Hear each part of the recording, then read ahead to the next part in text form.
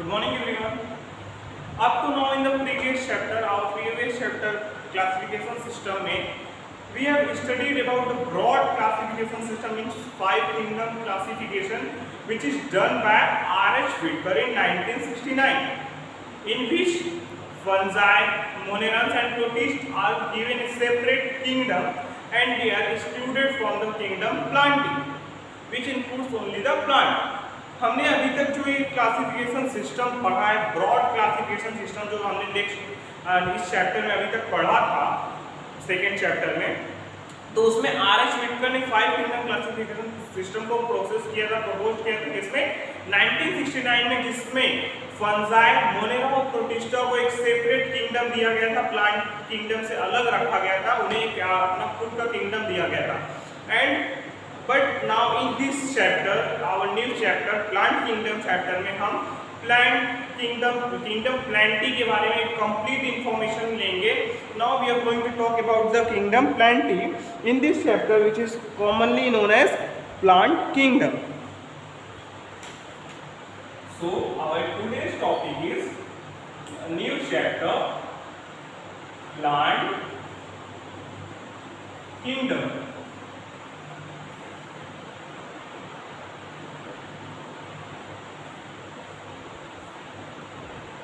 हमने अभी तक जो नेक्स्ट चैप्टर में पढ़ा, हमने उसमें 3 किंगडम के बारे में स्टडी कर लिया। That is the monerans which are consist of bacterias, second protists which are consist of single cell और protozoans, third one is the fungi heterotrophic plants. Now we are going to talk about the kingdom plant kingdom which is completely consist of only plants, and it plant kingdom consist of 5 classes: algae, bryophyte, pteridophyte, gymnosperm, angiosperm. तो ये जो plant kingdom है, हम mainly इसमें 5 classes के बारे में पढ़ेंगे, जो कि है, पहला एल्गी के बारे में जानेंगे, second one is the about bryophyte, the third one about the pteridophyte, fourth one about the gymnosperm, and the last angiosperm. ये 5 क्लासेस के बारे में हम इस चैप्टर में डिस्कस करेंगे। We must stress here that our surrounding to the plant kingdom have changed over time. So the cyanobacteria that are also referred to as blue-green algae are not algae anymore. In this chapter, we will describe plantae under algae, bryophytes, pteridophytes, gymnophytes, and angiosperms. The earliest system of classification used only gross superficial morphological characters as habitat, color, number and shape of leaves. जो सबसे पुराना जो classification system था हमारा, जो Carolus Linnaeus द्वारा दिया गया था, उसमें क्या, उसमें habitat, number, shape of leaves and उसके क्या बेसिस थे, उस क्लासिफिकेशन के बेसिस जो थे उसमें हैबिटेट को, कलर को, नंबर को, शेप ऑफ लीव्स को कंसीडर करके क्लासिफिकेशन किया गया था कार्लस लिनियस द्वारा। But it is not satisfied, वो सेटिस्फाइड नहीं हुआ था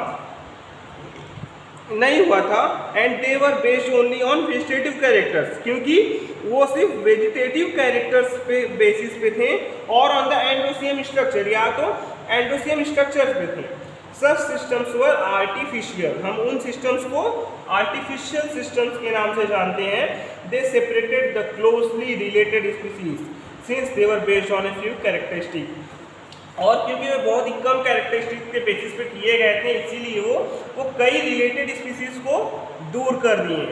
also the artificial system give equal weightage to vegetative and sexual characteristic, और तो और आर्टिफिशियल सिस्टम जो था वो वेजिटेटिव और सेक्सुअल कैरेक्टरिस्टिक्स को इक्वल वेटेज दे रहा था, उन दोनों को सेम कैटेगरी में रख के कंसिडर कर रहा था, and are more easily affected. This is not acceptable since we know that often the vegetative character are more easily affected by the environment. क्यों ये तो अनएक्सेप्टेबल था, इसे साइंटिस्ट ने एक्सेप्ट नहीं किया, क्योंकि हम जानते हैं कि जो वेजिटेटिव कैरेक्टर है वो बहुत ही आसानी से इन्वायरमेंट द्वारा अफेक्ट किया जा सकता है, इन्वायरमेंट से अफेक्ट हो सकता है, इसीलिए पूरा आर्टिफिशियल सिस्टम एक्सेप्ट नहीं किया गया। एज अगेंस्ट दिस, इसके अगेंस्ट में नेचुरल क्लासिफिकेशन सिस्टम डेवलप किया गया, वो किसके बेसिस पे था? जो नेचुरल क्लासिफिकेशन सिस्टम डेवलप हुआ वो नेचुरल एफिनिटीज़ के बेसिस पे था among the organism and consider not only the external features but the internal features like ultrastructure, anatomy, embryology and phytochemistry. उसके बाद जो natural system of classification propose किया गया वो किस बेसिस पे था? वो अल्ट्रा स्ट्रक्चर एक्सटर्नल स्ट्रक्चर के बेसिस पे नहीं था, उसके साथ एक्सटर्नल स्ट्रक्चर के बेसिस पे तो था ही, और तो और उसके साथ इंटरनल स्ट्रक्चर के बेसिस पे, एम्ब्रियोलॉजी के बेसिस पे, एनाटॉमी के बेसिस पे, और तो और फाइटोकेमिस्ट्री के बेसिस पे ये क्लासिफिकेशन सिस्टम किया गया था। और ये क्लासिफिकेशन सिस्टम फ्लावरिंग प्लांट्स का दिया गया था जॉर्ज बेंथम और जोसेफ डाल्टन हुकर ने दिया था। और जो नेचुरल सिस्टम ऑफ क्लासिफिकेशन है वो किसने प्रपोज किया था?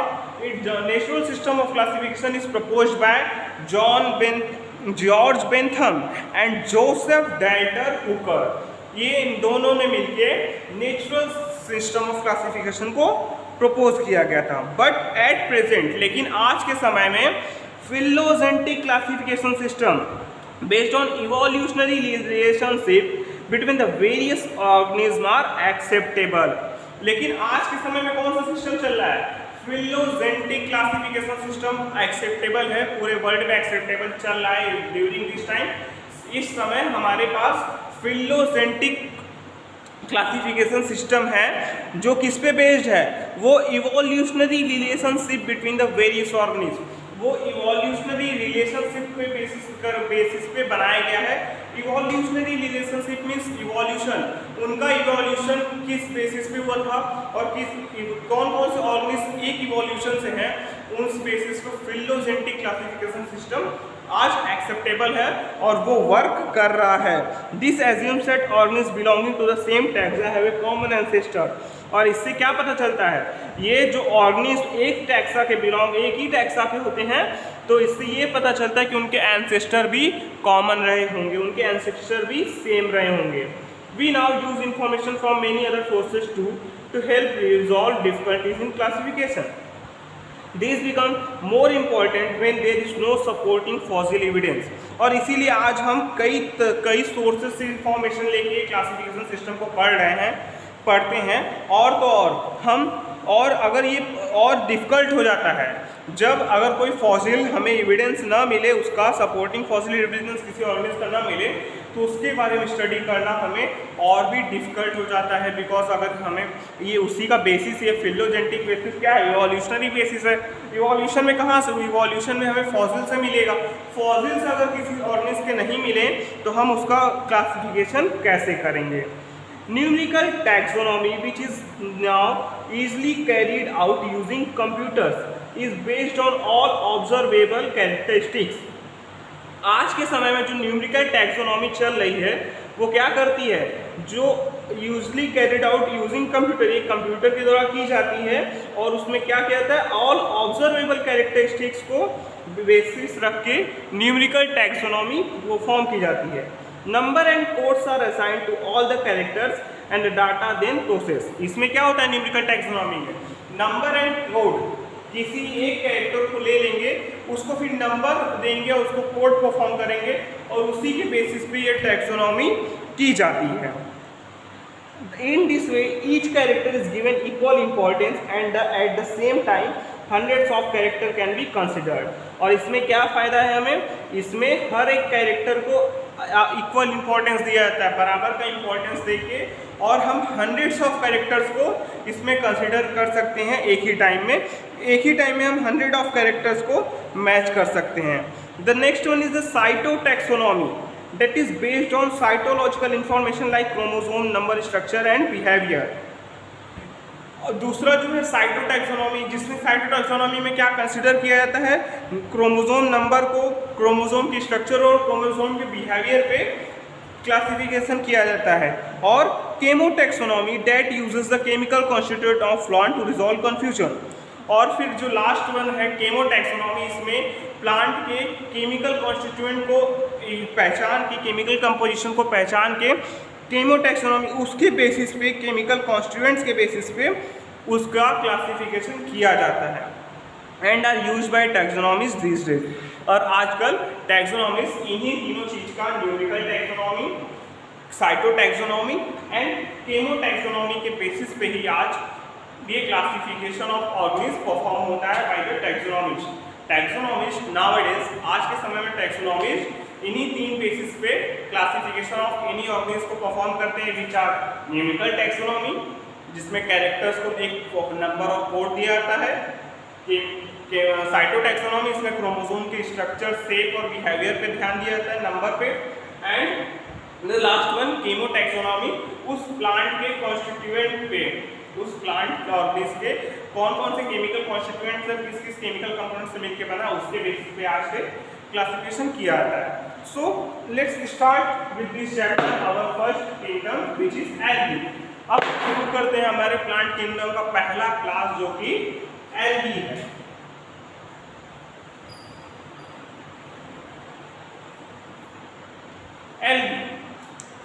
Algae are chlorophyll bearing simple thalloid autotrophic and largely aquatic both fresh water and marine organism। ये जो एल्गी क्या है, ये क्लोरोफिल कंटेनिंग। एल्गी के पास क्या होता है, एल्गी के पास क्लोरोफिल होता है, थैलॉइड स्ट्रक्चर होता है, इनका एक जो थैलस का फॉर्मेशन होता है, इनकी बॉडी एक थैलस की बॉडी को हम थैलस के फॉर्म में जानते हैं। थैलॉइड स्ट्रक्चर ऑटोट्रॉफिक होते हैं, जब क्लोरोफिल प्रेजेंट है तो ये ऑटोट्रॉफिक मोड ऑफ न्यूट्रिशन को परफॉर्म करते हैं। And along with that largely aquatic होते हैं, ज़्यादा से ज़्यादा एल्गी जो है एक्वेटिक होते हैं, वो फ्रेश वाटर या मैरीन वाटर दोनों में हो सकते हैं। और एक्वेटिक ऑर्गेनिज्म, ये क्या करते हैं, एक्वेटिक ऑर्गेनिज्म होते हैं। They occur in variety of other habitats, mud, stone, soil, wood, moist stone, ये कहीं भी उग जाते हैं, कहीं भी जहाँ नमी वाली जगह इनको मिलती है वहाँ पे ये उग जाते हैं। बरसात में आपके घरों पे भी एल्गीज लग जाते हैं, काई लग जाती है, तो इन्हें कहीं जहाँ पे मॉइस्ट स्ट्रक्चर मिलेगा, सॉइल मिल जाएगी और वुड हो गया, वहाँ पे भी ये आसानी से उग जाते हैं, वहाँ पे भी ये पाए जाते हैं। Some of them also occur in association with fungi, और कुछ तो कुछ किसी फंजाई, जैसे फंजाई के एसोसिएशन, लाइकेंस में क्या होते हैं, ये फंजाई के एसोसिएशन के साथ रहते हैं, वहाँ फंजाई भी रहता है, एल्गी एक साथ भी लाइफ को सर्वाइव करते हैं लाइकेन में। और तो और कुछ एनिमल्स पे भी ये उग जाते हैं, फॉर एग्जांपल स्लॉथ बियर। जो स्लॉथ बियर होता है वो बहुत ही स्लो मोशन करता है, उसे अगर 1 मीटर चल रहा हो तो मेरे ख्याल से उसको 2 से 3 घंटे लग जाते हैं only for covering a distance of 1 metre. 1 metre distance cover करने में उसको ये 2 से 3 घंटे लगाते हैं, बहुत ज़्यादा टाइम पे, वो बहुत ही स्लो एनिमल है, इसीलिए उसके ऊपर भी एल्गी आसानी से उग जाती है। So the form and size of algae is highly variable. जो एल्गी का फॉर्म है और साइज है ये भी वेरिएबल है, कुछ में कोई बड़े होंगे तो कोई छोटे होंगे, कोई फिलामेंटस होंगे, कोई कॉलोनियल होंगे। And the size ranges from microscopic unicellular forms like Chlamydomonas to colonial form like volvox to the filamentous form like Eulothinks and Spirogyra। बताया ना, कुछ इसमें एल्गी जो यूनिसेलुलर होते हैं, कुछ एल्गीज यूनिसेलुलर फॉर्म में होते हैं, जैसे फॉर एग्जांपल Chlamydomonas। जो Chlamydomonas होते हैं वो यूनिसेलुलर एल्गी हैं, तो वहीं कुछ कॉलोनियल एल्गी होते हैं, फॉर एग्जांपल वॉल्वॉक्स। कुछ एल्गी होते हैं वो कॉलोनी का फॉर्मेशन करके कॉलोनी में के फॉर्म में रहते हैं, और कुछ फिलामेंटस होते हैं जैसे कि यूलोथ्रिक्स और Spirogyra. In few of the marine forms such as kelp form massive plant body. और कुछ जो मैरीन फॉर्म्स हैं एल्गी के, जैसे कि एग्जांपल के फॉर्म में केल्प दिया हुआ है यहाँ पे, वो क्या करते हैं, एक मैसिव प्लांट बॉडी का फॉर्मेशन तक दिखाते हैं, मैसिव प्लांट बॉडी का फॉर्मेशन तक देखा गया है इनमें। So the algae reproduce by vegetative and sexual asexual mode. Vegetative, asexual और सेक्सुअल, ये तीनों मोड्स द्वारा एल्गी रिप्रोड्यूस करते हैं। मीन्स एल्गी में वेजिटेटिव रिप्रोडक्शन भी होता है, एसेक्सुअल रिप्रोडक्शन भी होता है, सेक्सुअल रिप्रोडक्शन भी होता है। Vegetative reproduction is by fragmentation. जो एल्गीज में वेजिटेटिव रिप्रोडक्शन होता है वो फ्रैगमेंटेशन द्वारा होता है, वो फ्रैगमेंट्स में डिवाइड होकर अपने आप को एक नया ऑर्गेनिज्म नया प्लांट बॉडी बना लेते हैं, for example Spirogyra. Asexual reproduction is mostly by the formation of zoospore. Asexual reproduction जो होता है वो अधिकतर जूस्पोर फॉर्मेशन द्वारा होता है। They are flagellated motile on germination give rise to new plants. वो क्या होते हैं, जो जूस स्पोर्स होते हैं वो फ्लैजिलेटेड होते हैं। फ्लैजिला प्रेजेंट होगा तो वो मोटाइल नेचर के होंगे, मोटाइल नेचर को होंगे, मोटाइल नेचर परफॉर्म करेंगे और आफ्टर जर्मिनेशन, और जर्मिनेशन प्रोसेस को करके एक नया प्लांट बॉडी का फॉर्मेशन कर लेते हैं।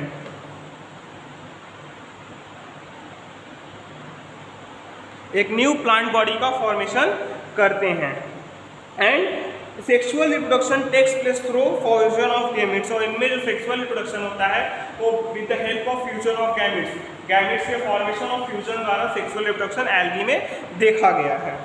सो if you talk about sexual reproduction, अगर हम बात करेंगे सेक्सुअल रिप्रोडक्शन की, these gametes can be flagellated and similar in size as in Chlamydomonas. कभी कभी ये गैमेट्स होते हैं वो एक ही जैसे स्ट्रक्चर के होते हैं और फ्लैजिलेटेड होते हैं, फ्लैजिला पाया जाता है, जैसे कि चेलमाइडोमोनास में दोनों स्ट्रक्चर एक ही जैसे होते हैं। एंड और non flagellated, non motile but similar in size, और कुछ में तो वो नॉन फ्लैजिलेटेड, फ्लैजिलेटा नहीं होता, फ्लैजिला एब्सेंट होता है, मोटाइल भी नहीं होते, लेकिन वो एक ही स्ट्रक्चर के होते हैं, सिमिलर साइज के होते हैं, जैसा कि देखा गया है स्पायरोगैरा में। और इस तरह के सेक्सुअल रिप्रोडक्शन को, इस तरह के सेक्सुअल रिप्रोडक्शन को आइसोगैमस टाइप ऑफ रिप्रोडक्शन बोला जाता है। वहीं अगर दो गैमेट्स अलग अलग साइज के होंगे, दो गैमेट्स अलग अलग साइज के होंगे और एज इन स्पीसीज ऑफ चेलमाइडोमोनास, जैसे कुछ स्पीसीज चेलमाइडोमोनास की कुछ स्पीसीज में देखा गया है, उस type of then it is known as anisogamous type of sexual reproduction, उसे हम anisogamous type of sexual reproduction के नाम से जानते हैं। Fusion between one large non motile static female gamete and a small motile male gamete is termed oogamous। और वहीं fusion का प्रोसेस अगर एक मोटाइल गैमेट में, non motile static female gamete, मतलब फीमेल गैमेट जो है वो नॉन मोटाइल होगी, स्टैटिक एक जगह फिक्स होगी, वो छोटी होगी, और वहीं जो मेल गैमेट होगा वो मोटाइल होगा। अगर इस तरह का फ्यूजन होता है तो उसे oogamous type of fusion sexual reproduction बोलते हैं। इस तरह के सेक्सुअल रिप्रोडक्शन को हम oogamous type of reproduction sexual reproduction बोलते हैं। और इसका सबसे अच्छा एग्जाम्पल है वॉल्वॉक्स। वॉल्वॉक्स और फ्यूकस में ये इस तरह के रिप्रोडक्शन को हम देख सकते हैं। Algae are useful to man in a variety of ways. ये जो एल्गी हम बात की है एल्गी में कि एल्गी कैसी होती है, उसका शेप एंड साइज के बारे में डिस्कस की कि फिलामेंटस भी हो सकती है, यूनिसेलुलर भी हो सकती है, और तो और फ्रैगमेंट, और उसके साथ कोलोनियल भी हो सकती है, ठीक है। फिर उसके बाद बात की हम लोग कि उसमें वेजिटेटिव रिप्रोडक्शन बाय फ्रैगमेंटेशन होता है, asexual reproduction by zoospore formation होता है, और सेक्सुअल रिप्रोडक्शन आइसोगैमस, एनाइसोगैमस और oogamous टाइप का एल्गी में देखा गया है। अब now we are going to discuss about the advantages of algae, uses of algae. Algae का कौन क्या यूज है हमारे लाइफ में, एल्गी हमारे लिए कैसे यूजफुल है, now we are going to discuss about that. Algae are very useful to man in a variety of ways. जो एल्गी है ये ह्यूमंस के लिए बहुत ही तरीकों से हेल्पफुल होती है, बहुत ही तरीकों से हेल्पफुल होती है, बहुत ही तरीके से इस्तेमाल किया जाता है। At least A half of the total carbon dioxide fixation on earth is carried out by algae through photosynthesis.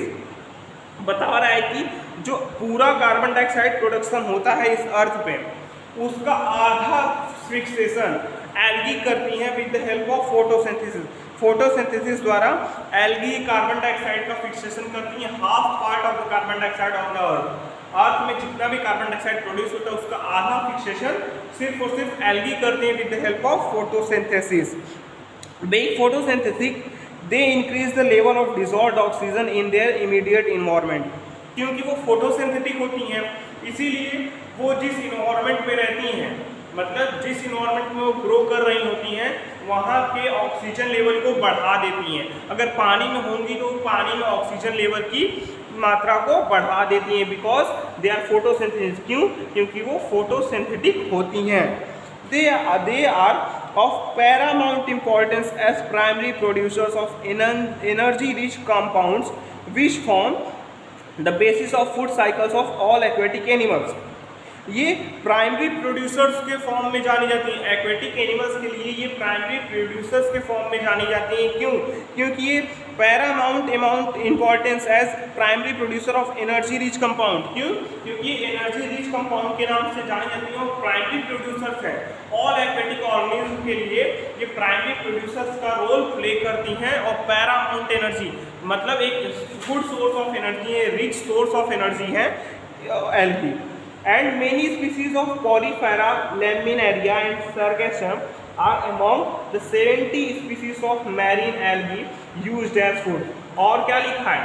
Porifera, Laminaria और Sargassum और इसी तरह 70 स्पीसीज 70 स्पीसीज एल्गी के फूड के रूप में इस्तेमाल किए जाते हैं, एज ए फूड इस्तेमाल किए जाते हैं। And certain marine brown and red algae marine brown and red algae produce large amount of hydrocolloids, water holding substance। और तो और जो मैरीन ब्राउन और रेड एल्गी होती हैं वो क्या करती हैं? वो लार्ज अमाउंट में हाइड्रोकोलाइड्स का प्रोडक्शन करते हैं। Hydrocolloids is known for water holding capacity. Hydrocolloids किसे कहते हैं? हाइड्रोकोलाइड्स के पास वाटर होल्डिंग कैपेसिटी होता है। वो हाइड्रोकोलाइड्स वाटर को स्टोर करके रख सकते हैं। वाटर होल्डिंग कैपेसिटी होती है, स्टोरिंग कैपेसिटी होती है उनके पास, उसका प्रोडक्शन करती हैं, हाइड्रोकोलाइड्स का प्रोडक्शन करती हैं। फॉर एग्जांपल एल्जीन, जो एल्जीन हाइड्रोकोलाइड है ये ब्राउन एल्गी द्वारा प्रोड्यूस किया जाता है। और कैराजीन रेड एल्गी द्वारा प्रोड्यूस किया जाता है, विच आर यूज्ड कॉमर्शियली। और ये हमें कॉमर्शियली इस्तेमाल किए जाते हैं। कॉमर्शियल एरिया में एल्जीन और कैराजीन का बहुत इंपॉर्टेंस है। एल्जीन जो है ब्राउन एल्गी द्वारा प्रोड्यूस की जाती हैं, वहीं कैराजीन रेड एल्गी द्वारा प्रोड्यूस की जाती हैं, जो कि हाइड्रोकोलाइड्स हैं जिनके पास वाटर होल्डिंग कैपेसिटी होती है।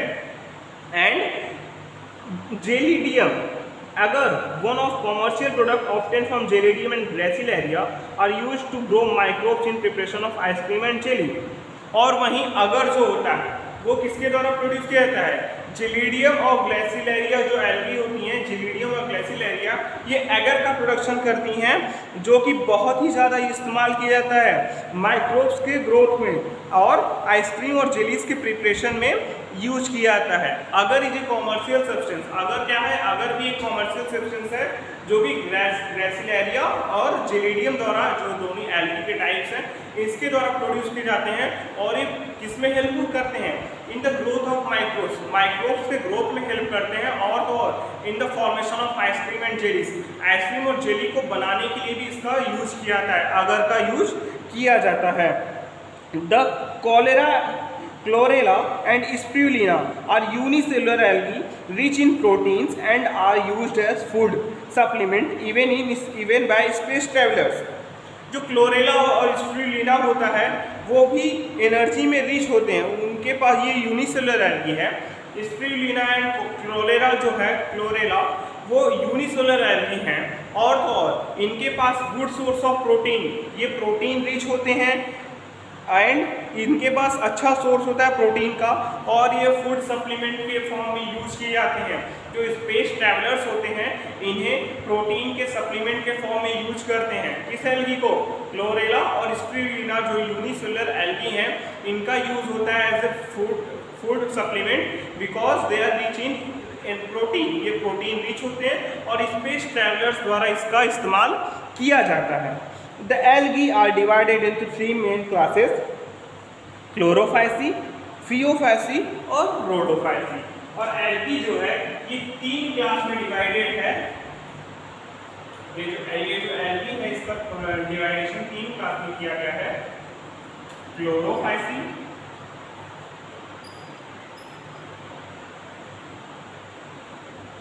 which is also known as green algae,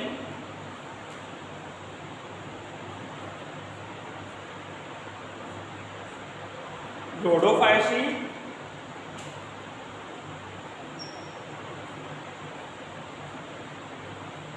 which is known as red algae, and phaeophyci, which is known as brown algae।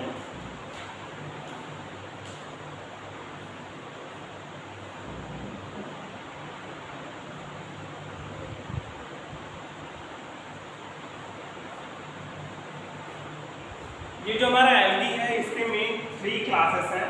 क्लोरोफाइसिस हम ग्रीन एल्गी के नाम से भी जानते हैं, रोडोफाइसिस हम रेड एल्गी के नाम से भी जानते हैं, एंड थियोफाइसिस हम ब्राउन एल्गी के नाम से भी जानते हैं।